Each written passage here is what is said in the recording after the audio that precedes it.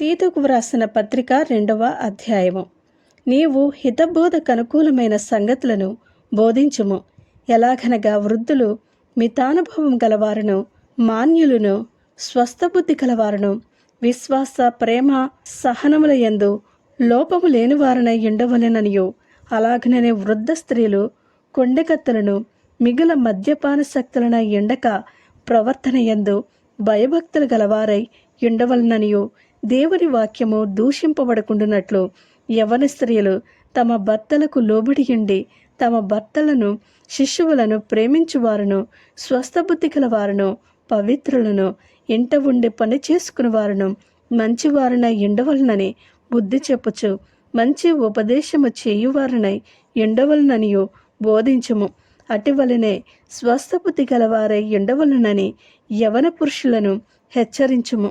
పరపక్షమందుండు వాడు మనలను గూర్చి చెడు మాట ఏదియూ చెప్పనేరక సిగ్గుపడినట్లు అన్నింటి యందు నిన్ను నీవే సత్కార్యముల విషయమై మాదిరిగా కనబరుచుకొనుము.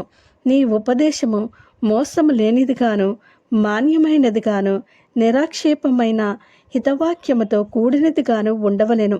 దాసులైన వారు అన్ని విషయముల యందు మన రక్షకుడగు దేవుని ఉపదేశమును అలంకరించినట్లు తమ యజమానులకు ఎదురుమాట చెప్పక, ఏమయో అపహరింపక, సంపూర్ణమైన మంచి నమ్మకమును కనుపరచుచు అన్ని కార్యముల యందు వారిని సంతోషపెట్టుచు వారికి లోబడి ఉండవలనని వారిని హెచ్చరించుము. ఎలాయనగా సమస్త మనుష్యులకు రక్షణకరమైన దేవుని కృప ప్రత్యక్షమై మనము భక్తిహీనతను, ఇహలోక సంబంధమైన దురాశలను విసర్జించి శుభప్రదమైన నిరీక్షణ నిమిత్తము, అనగా మహాదేవుడును మన రక్షకుడునైన యేసుక్రీస్తు మహిమ యొక్క ప్రత్యక్షత కొరకు ఎదురు చూచుచు ఈ లోకములో స్వస్థబుద్ధితోనూ నీతితోనూ భక్తితోనూ బ్రతుకుచుండవలనని మనకు బోధించుచున్నది.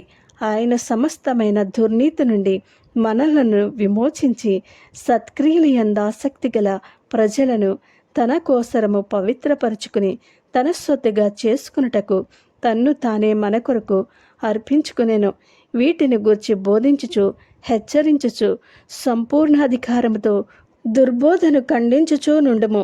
నిన్నెవరిని తృణీకరింపనీయకుము. ఆమేన్.